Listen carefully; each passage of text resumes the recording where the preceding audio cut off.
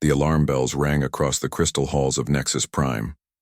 In the center of the galaxy, where 5 great alien empires met to discuss peace and trade, panic filled the air like smoke.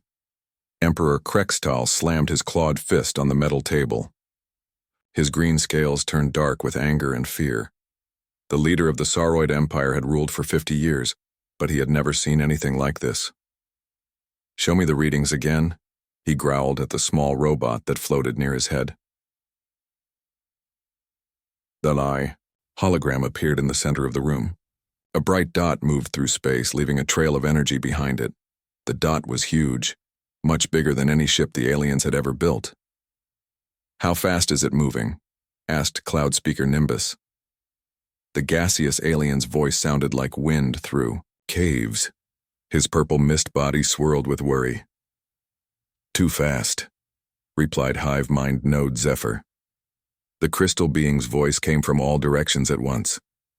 "Our fastest ships can barely reach half that speed. This thing moves like it's not even trying." Krextal studied the data with his yellow eyes.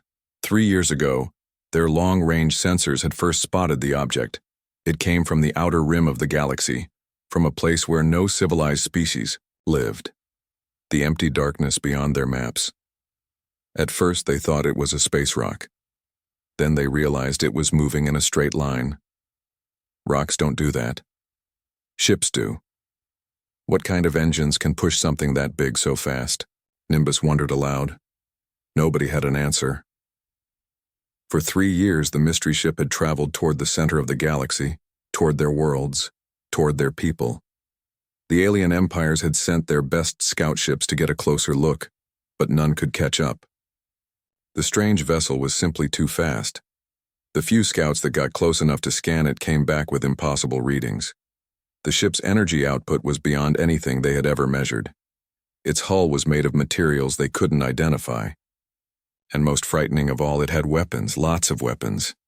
"We need to assume it's hostile," Krextal said, his voice heavy with worry. "Something that big, that fast, that well-armed. It's not coming here to trade stories." The other alien leaders nodded. In their long history, they had conquered hundreds of worlds. They had fought primitive species who threw rocks and fired. Simple laser guns, easy victories, simple wars, but this was different. This was something from beyond their knowledge, and it scared them. Far away in the cold darkness of space, the object of their fear moved silently through the void. Captain Daeho Kim stood on the bridge of the Earth battleship Indomitable, watching the stars through the main window. He was a tall man with short black hair and calm eyes. His blue uniform was clean and pressed, with the Earth Defense Force symbol on his chest. "Captain," said Lieutenant Hanul Song from her station. "We're getting strange signals from ahead. Lots of radio chatter in languages we don't recognize." Captain Kim nodded. "Dr. Park, what do you make of it?" Dr. Sujin Park looked up from her computer screen. She was Earth's best expert on alien life, though she had never actually met any aliens before. Her job was to figure out how to talk to them when they finally made contact. "The signals are definitely from intelligent sources," she said. "Multiple sources, actually. At least 5 different types of communication methods. Some use radio waves, others use light pulses, and one seems to use some kind of particle beam. So we're not alone after all," said Commander Woojin Choi with a small smile. He was the ship's tactical officer, a serious man who always thought about defense and attack. Captain Kim had known this moment would come. For decades, Earth's deep space monitors had picked up signals from the center of the galaxy, proof that other intelligent species existed out there among the stars. The Indomitable was humanity's response to that discovery. Earth's first interstellar battleship, equipped with the most advanced technology their species had ever created. Its mission was simple: make contact with alien civilizations and show them that humanity was not weak. "How long until we reach the source of the signals?" Kim asked. 2 days, sir," replied Chief Engineer Taeyang Yoon from his station. "The new fusion drives are working perfectly. We'll drop out of faster-than-light travel right at the edge of their space." Kim nodded and walked to the center of the bridge. Around him, his crew worked at their stations with quiet efficiency. These were Earth's best and brightest, chosen for humanity's most important mission. But Kim wondered if they were ready for what they might find. Humanity had spent thousands of years fighting itself. Wars over land, resources, ideas, and power. The constant conflict had pushed their technology forward at an incredible pace. When they finally achieved peace, they turned their war-tested science toward the stars. The Indomitable was the result. A ship built with engines designed for military speed, armor tested in real combat, and weapons that could destroy entire fleets. It was everything humanity had learned about warfare, wrapped in a package designed for exploration. "Sir," Song called out. "I'm detecting massive energy signatures ahead, multiple large objects moving in formation."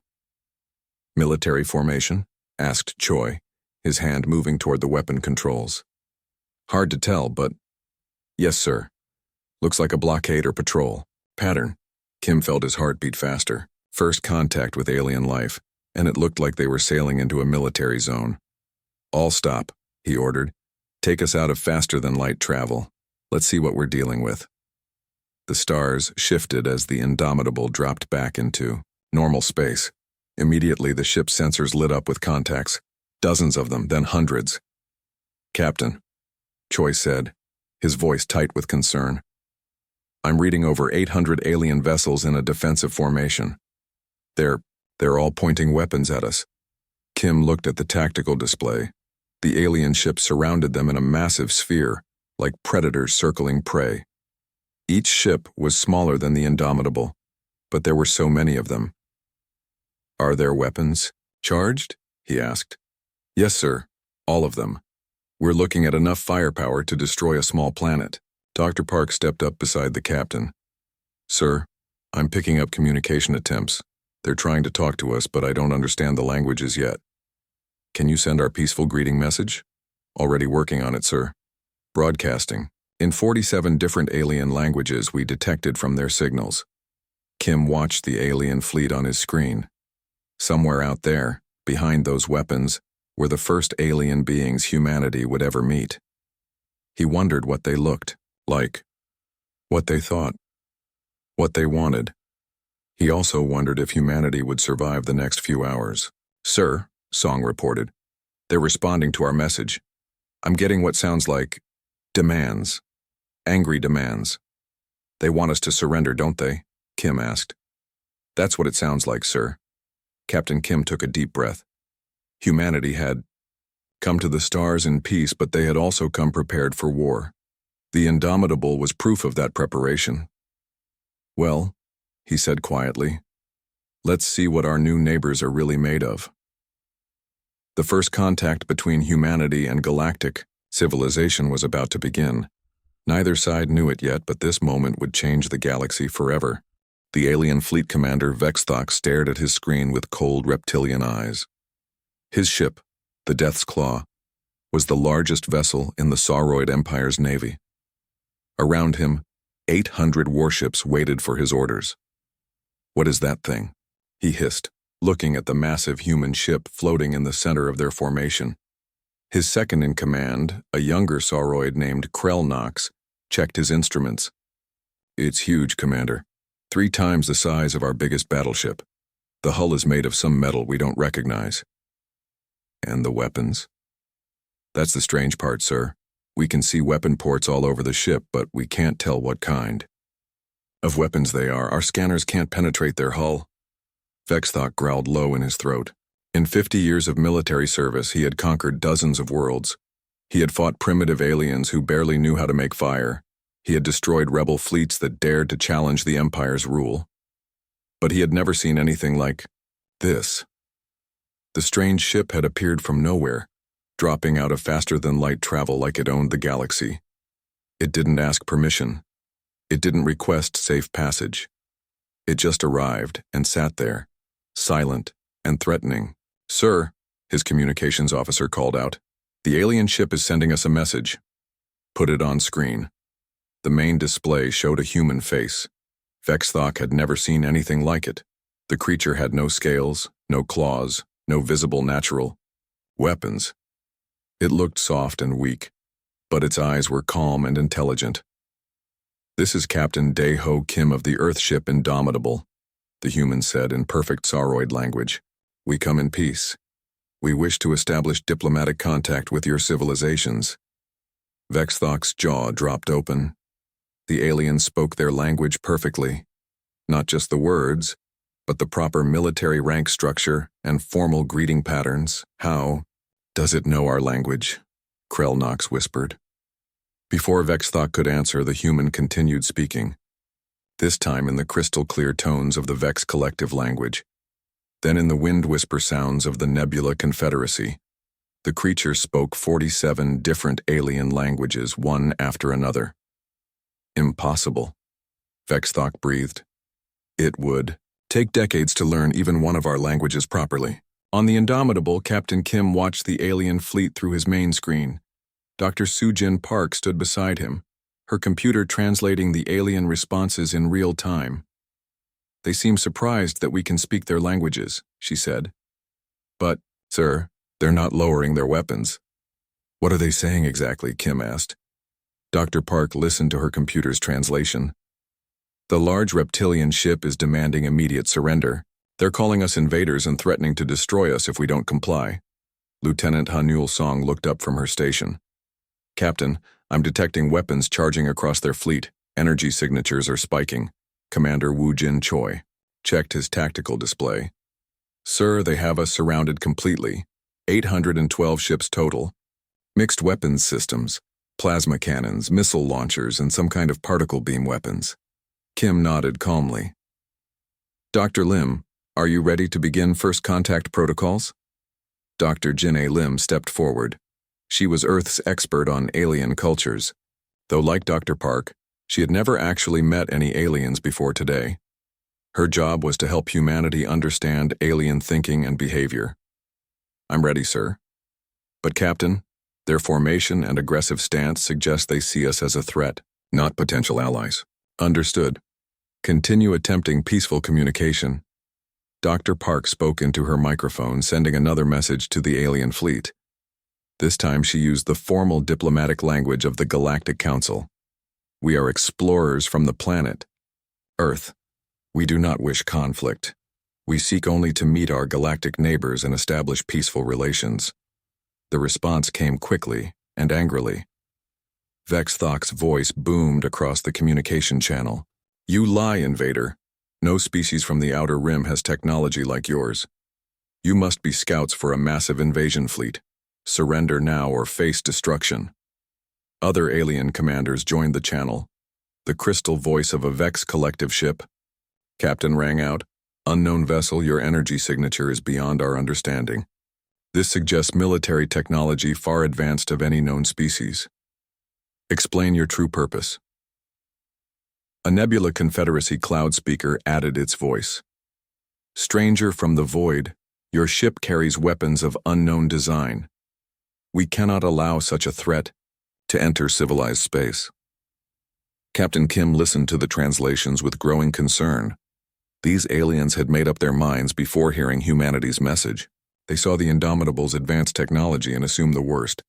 "Sir," Chief Engineer Tae Yang-yoon called from his station, "their weapon signatures are getting stronger.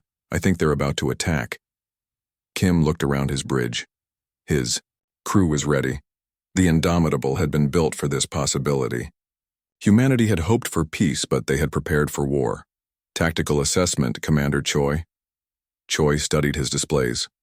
"Sir, their weapons appear to be roughly 200 years behind our technology.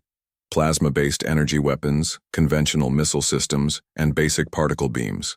Our shields should handle their firepower easily. And their ship designs? Outdated, sir. They're built for fighting primitive civilizations, not peer-level opponents. Their formation is meant to intimidate rather than provide tactical advantage." "Doctor." Lim spoke up. "Captain, I think I understand what's happening. These aliens have probably never faced equally advanced opponents. Their empires expanded by conquering less developed worlds. They don't know how to handle meeting someone as advanced as they are." Kim nodded. That made sense. Humanity's different. Path through history, constant warfare against equals, had forced them to always improve their technology and tactics. These aliens had grown powerful by beating the weak. "Sir, Song reported urgently. Multiple ships are locking targeting. Systems on us. I think they're about to fire. Kim made his decision. All hands prepare for combat. Raise shields to full power. Charge defensive systems only. Do not target their ships unless I give the order. Across the alien fleet, weapon systems reached full charge. Vexthok stared at the human ship on his screen. The strange vessel just sat there, making no aggressive moves. But its very presence was a threat to everything the galactic empires had built. All ships, he commanded over the fleet communication system. Open fire. Disable that vessel now. 800 alien warships fired at once. Plasma bolts, missiles, and particle beams streaked through space toward the Indomitable. The combined firepower could have destroyed a small moon. On the human ship's bridge, alarms sounded as the attack began. Impact in 5 seconds, Choi announced calmly. Captain Kim watched the incoming weapons on his screen. Hundreds of bright lights racing toward his ship and crew. Brace for impact, he ordered. The alien weapons struck the Indomitable's shields like rain hitting a window. Brilliant flashes of energy exploded across the ship's protective barrier. The bridge shook slightly. Then everything went quiet. Kim looked around his bridge. His crew was checking their instruments with surprised expressions. Damage report, he called out. No damage, sir, Yoon reported. Shields absorbed the entire attack. Shield strength is still at 98%. Across the alien fleet, shocked silence filled the communication channels. Vexthok stared at his weapons display. According to his instruments, his fleet had just hit the human ship with enough firepower to destroy his own flagship 10 times over. The human ship was completely undamaged. Fire again, he screamed. All weapons, maximum power. The alien fleet fired a second volley, then a third. Each time, the human ship's shields easily absorbed the attack. Captain Kim stood in the center of his bridge, watching the alien weapons strike his ship harmlessly. I think, he said quietly, it's time to show them what Earth technology can really do. The first lesson in galactic diplomacy was about to begin. Captain Kim stood quietly on his bridge, watching the alien fleet continue their useless attacks. Bright flashes of energy hit his ship's shields and disappeared like candle flames against a mountain. Sir, Commander Choi said, they've fired 17 volleys now. Their weapons are starting to overheat. Some of their smaller ships are having power problems. And our shields? Still at 96%, sir. These attacks are barely scratching us. Dr. Park looked up from her translation. Computer. Captain, I'm picking up panic in their communications. They're asking each other what kind of materials our ship is made from. Some of them think we're using some kind of energy-eating technology. Kim nodded sadly. He had hoped this first meeting would go differently. Humanity had prepared for peaceful contact, but they had also prepared for this moment. Open a channel to their fleet commander, he ordered. Lieutenant Song worked at her station. Channel open, sir. Kim's face appeared on screens across the alien fleet. His voice was calm but firm. Commander Vexthok of the Sauroid Empire. You have fired on our ship without cause. We came in peace, but you chose violence. Now we will show you why that was a mistake. Vexthok snarled at his screen. Your tricks won't work forever, human. We have 800 ships. You have one. Yes, Kim replied. We do have one ship. Watch carefully what one human ship can do. Kim nodded to his tactical officer. Commander Choi, begin the demonstration. Non-lethal force only. Disable their weapons and engines, but leave life support systems working. Understood, sir. Beginning electromagnetic pulse sequence. The Indomitable didn't fire visible weapons. Instead, it released invisible waves of energy that spread out, like ripples in a pond. On the Sauroid flagship Death's Claw, every light suddenly went out. What's happening? Vexthok roared in the darkness. His engineering officer's voice came from the emergency lighting. Sir, all our main systems are offline. Weapons, engines, shields, everything just shut down. How is that possible? I don't know, sir. It's like something reached into our ship and turned off the power switches. The same thing was happening across the alien fleet. One by one, 800 warships went dark and silent. But the Indomitable wasn't finished. Chief Engineer, Yoon spoke from his station. Captain, pulse wave complete. All enemy weapons are offline. Beginning cyber warfare phase. Proceed. Dr. Minho Seo, the ship's weapons designer, had spent years creating non-lethal ways to disable enemy vessels. His cyber warfare system could reach into alien computers and rewrite their programming in seconds. Across the alien fleet, ship computers began displaying human messages. In each ship's own language, the same words appeared. Your weapons systems are now under our control. Do not attempt to restart them. Your life support systems remain fully functional. No one needs to die today. On the Vex collective crystal ship Harmony of Thought, the hive mind captain tried desperately to restart their weapon systems. Nothing worked. The ship's computer simply refused to obey. How are they controlling our systems? It asked itself, in multiple voices. Its engineering nodes had no answer. The human technology was beyond their understanding. Captain Kim watched his tactical display as ship after ship went offline. It was almost too easy. These aliens had built their weapons to fight primitive enemies. They had never faced an opponent who could turn their own technology against them. Sir, Major Hyunwoo Nam called from his station. Some of the smaller ships are trying to ram us. Should we disable their engines completely? Do it. But carefully. We don't want to hurt anyone.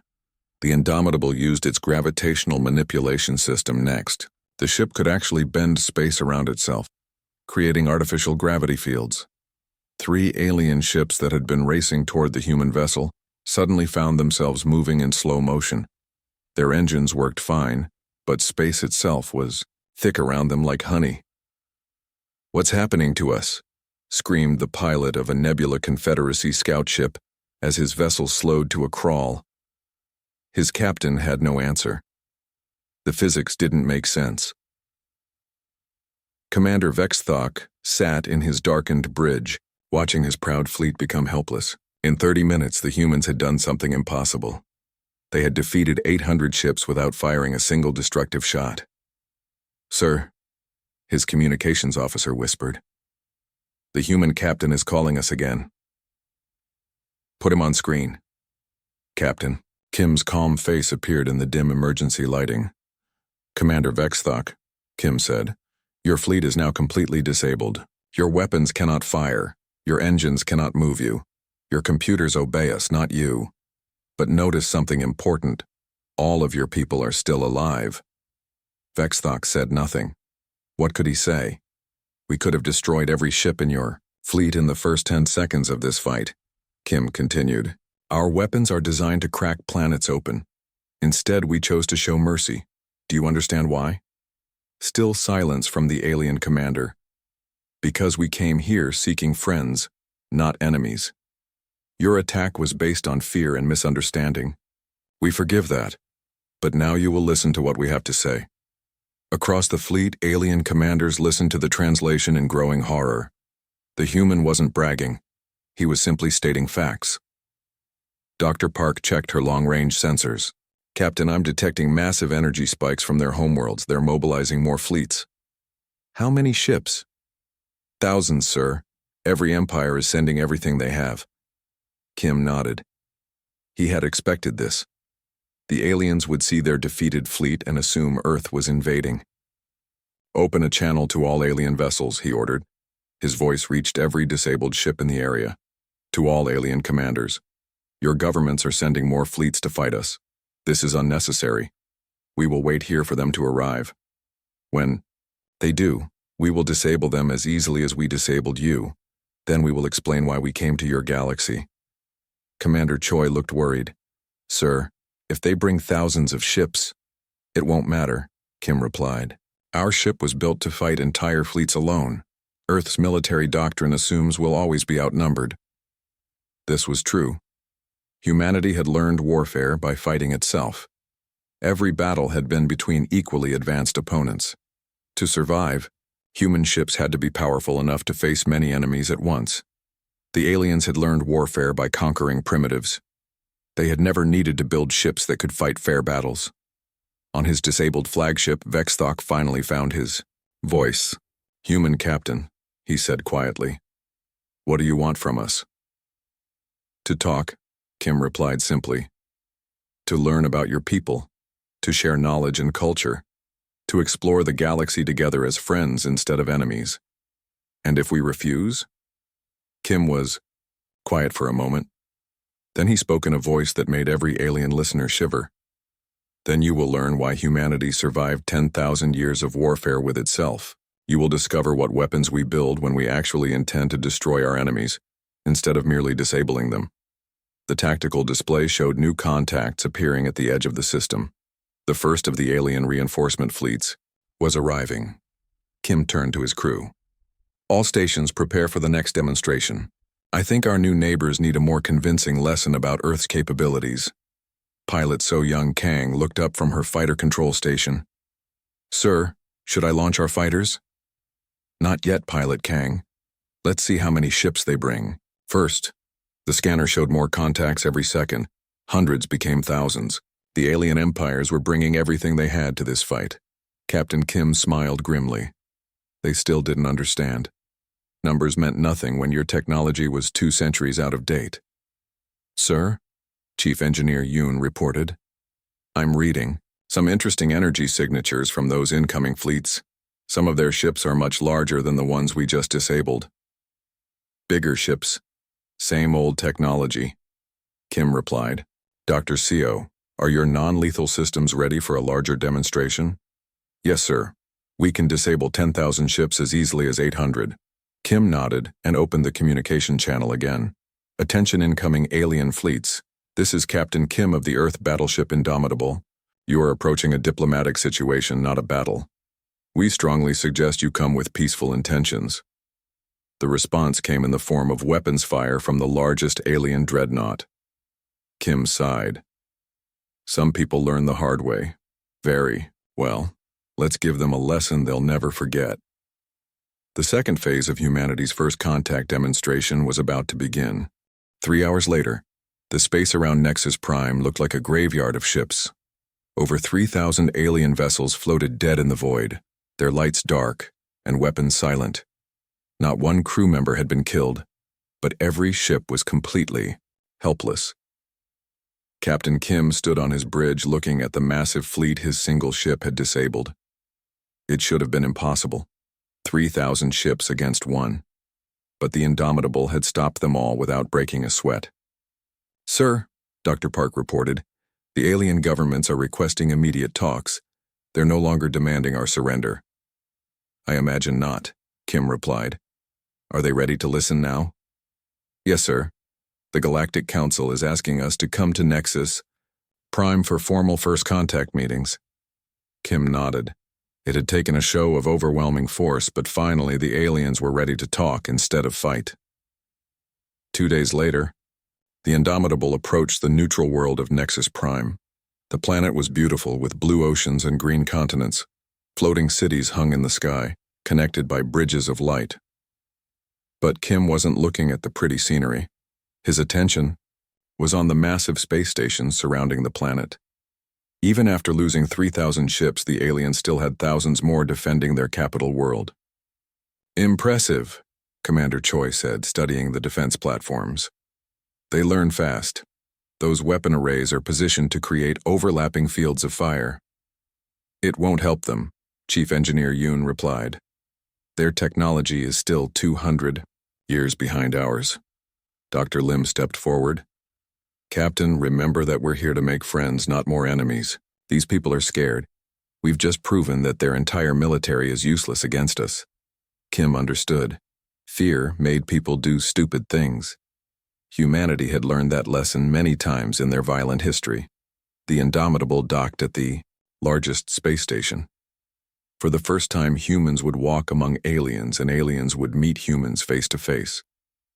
Captain Kim, Dr. Park, and Dr. Lim entered the station's main meeting hall. The room was huge, designed to hold representatives from 5 different alien species. Kim had seen pictures from their transmissions, but meeting the aliens in person was still shocking.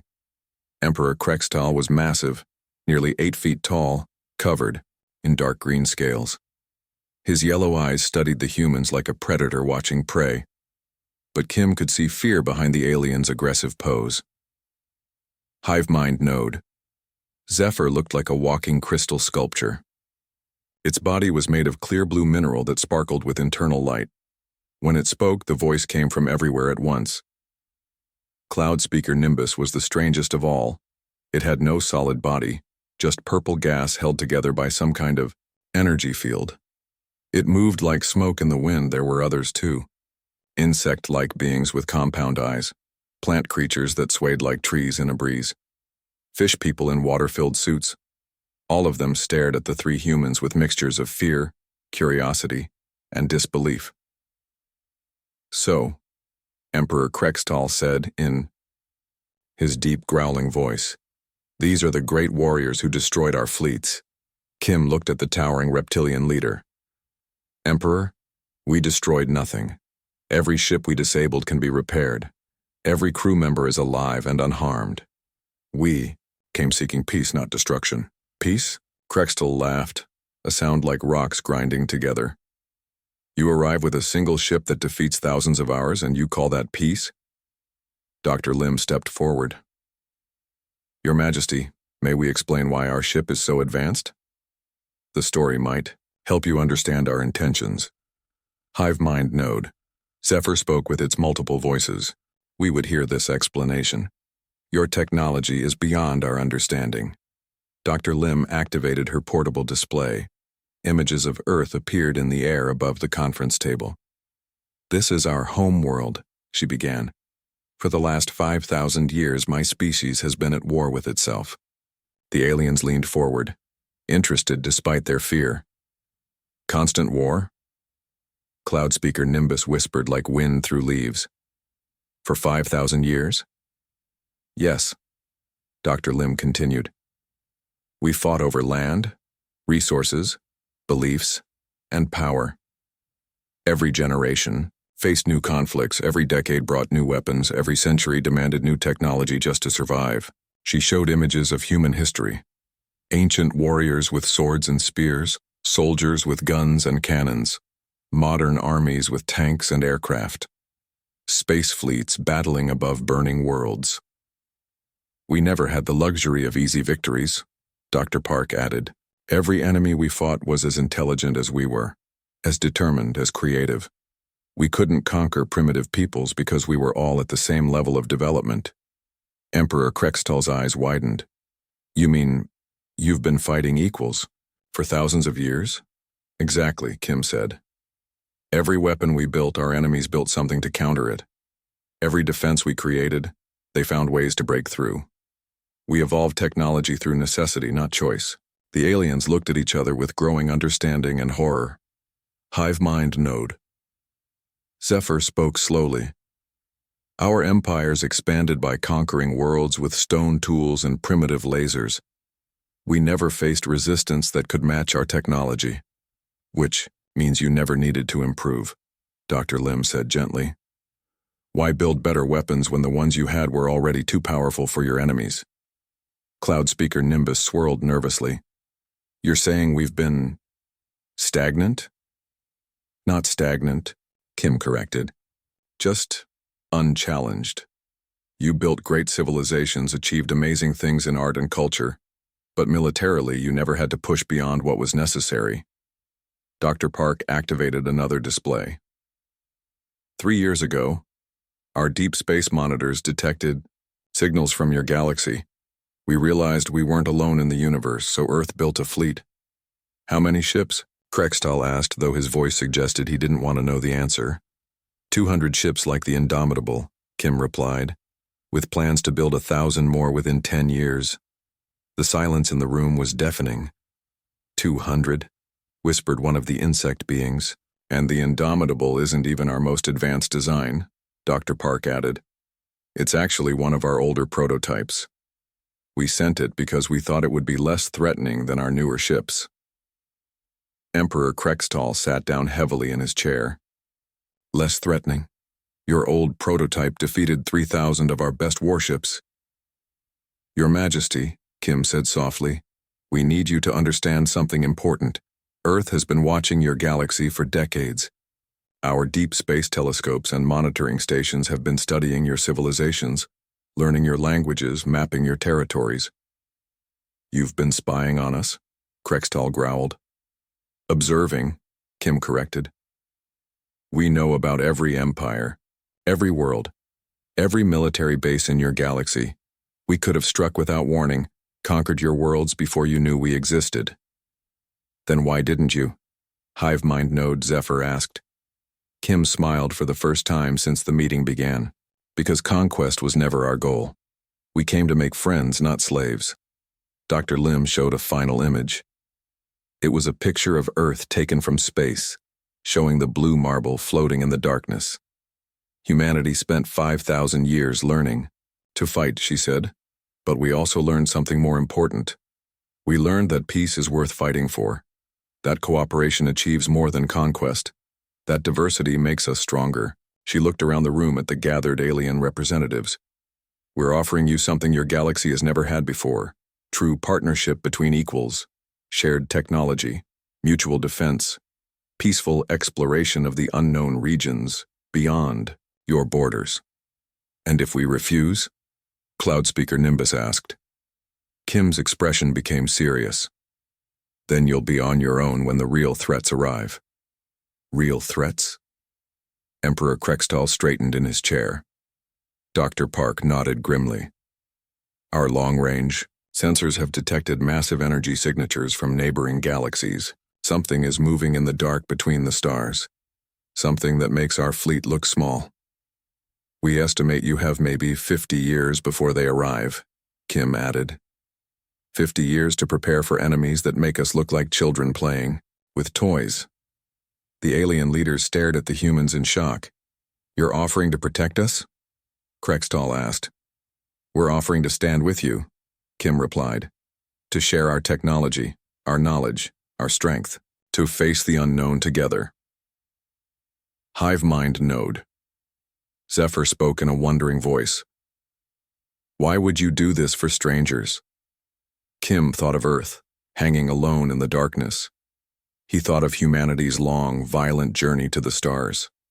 He thought of all the lessons his species had learned through blood and suffering. Because, he said simply, we know what it's like to be afraid and alone. We know what it costs to face strong enemies without friends. We've been there. We don't want anyone else to go through what we did. The meeting room fell silent as the alien leaders considered humanity's offer. The choice that would reshape the galaxy was about to be made. 1 week later, Captain Kim stood in the same meeting hall on Nexus Prime. But everything had changed. The alien leaders no longer looked at him with fear. Instead, he saw hope in their strange eyes. Emperor Krextal was the first to speak. Captain, Kim, the Sauroid Empire has discussed your offer. We accept your alliance. Hive mind node. Zephyr's crystal body sparkled with excitement. The Vex Collective agrees. We wish to learn from your people. Cloudspeaker Nimbus swirled in patterns that Dr. Lim had learned meant happiness. The Nebula Confederacy stands with Earth. One by one, every empire in the galaxy accepted humanity's partnership. They had seen what Earth's technology could do. They had learned about the threats coming from distant galaxies. Most importantly, they had realized that humans offered friendship, not conquest. Excellent, Kim said with a smile. Now let me introduce someone who can explain what comes next. He activated his ship's quantum communication system. A hologram appeared in the center of the room, showing a middle-aged human woman with kind eyes and a strong voice. Greetings, leaders of the galaxy, the woman said. I am President Jihai Moon of Earth. I speak for all humanity when I say we are honored to join your galactic community. The aliens stared in amazement. They were talking to someone on Earth in real time across impossible distances. How is this possible? Emperor Krextal asked. Quantum entanglement communication, Dr. Park explained. We can talk to Earth instantly, no matter how far away we are. President Moon continued speaking. Earth is sending Ambassador Yoonji Cho to serve as our representative to the Galactic Council. She will arrive next month with a fleet of 50 ships. 50 ships? Krextal's voice was weak. For protection and assistance, President Moon explained, we are also sending scientists, engineers, doctors, and teachers. Everything we know we want to share with you. Dr. Lim stepped forward. Your people will learn our technology gradually. We'll start with basic improvements to your shields and engines. As trust grows between our peoples, we'll share more advanced systems. What do you want in return? Asked one of the insect beings. President Moon smiled. Your knowledge of the galaxy, your cultures, your art, your science. Humanity has been alone for so long. We want to learn everything about our new galactic family. Commander Choi had been quiet during the meeting, but now he spoke up. Madam President, what about the defense situation? Ah, yes. President Moon nodded. Admiral Sung-Ho Park is already preparing the Galactic Defense Fleet. 200 Earth ships will patrol the galaxy's borders. Any world that requests protection will receive it. Cloud Speaker Nimbus asked the question everyone was thinking. What about your own planet's defense? Won't Earth be vulnerable with so many ships away? Earth has 1,000 ships in our home defense fleet, President Moon replied calmly. And we're building more every day. The ships we're sending to your galaxy are extras. The aliens fell silent. 1,000 ships defending Earth alone. It was more military power than their entire galaxy possessed. Hive Mind Node Zephyr spoke, in wondering voices. Your species really did learn warfare well. Too well sometimes, President Moon admitted. That's why we're so happy to find peaceful neighbors. War taught us to survive, but peace will teach us to live. 6 months later, Captain Kim walked through the halls of New Harmony Station, the first joint human-alien facility. The station orbited Nexus Prime and served as headquarters for the New Galactic Alliance. Through the windows, he could see ships from 6 different species working together. Human destroyers patrolled alongside Sauroid cruisers. Vex Collective Science ships shared data with Earth research vessels. Nebula Confederacy scouts explored new regions with human guidance. Captain, a familiar voice called out. Kim turned to see Ambassador Cho approaching. She had arrived as promised, bringing 50 Earth ships and hundreds of human specialists. Ambassador, Kim replied, how are the integration programs going? Better than expected, Cho said with a smile. The aliens are eager students. Some of the younger ones are already learning to operate human technology, and our people are fascinated by alien science. They walked together toward the command center where representatives from all species worked side by side. Any word from the border patrols? Kim asked. Cho's expression became serious. Admiral Park reports unusual readings from the galactic edge. Whatever's coming from the other galaxies, it's getting closer. Kim nodded. They had known this day would come. Earth's deep space monitors had been tracking the approaching threats for years. Massive objects moving through the void between galaxies, heading for their region of space. How long do we have? 40 years, maybe less. But Captain, we're not the same galaxy we were 6 months ago. Every world is building defense platforms, every species is sharing their knowledge. When the enemy arrives, they'll face a united galaxy, not scattered empires. They entered the command center where the main screen showed a map of their galaxy. Green dots marked human patrols. Blue dots showed alien worlds under Alliance protection. Yellow lines indicated trade routes that now connected every inhabited system. Emperor Krextal was there, working with human engineers to upgrade Sauroid weapons. Hive Mind Node. Zephyr consulted with Earth scientists about shield technology. Cloud Speaker Nimbus planned exploration missions with human navigators. It's beautiful, Kim said quietly. 6 months ago they tried to destroy us, now they're family. That's the human way, Cho replied. We make the best friends out of former enemies. A communication alert sounded. The face of Admiral Seung-ho Park appeared on the main screen. All stations, this is Admiral Park. I'm pleased to report that the galactic defense grid is now complete. Every inhabited world in the galaxy is protected by Alliance forces. Cheers erupted from aliens and humans alike in the command center. Additionally, the Admiral continued, Our joint exploration fleets have discovered 12 new habitable worlds. The galaxy is larger and more wonderful than we ever imagined.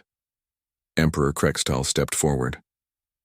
Admiral, the Sauroid Empire wishes to thank Earth for everything your people have done.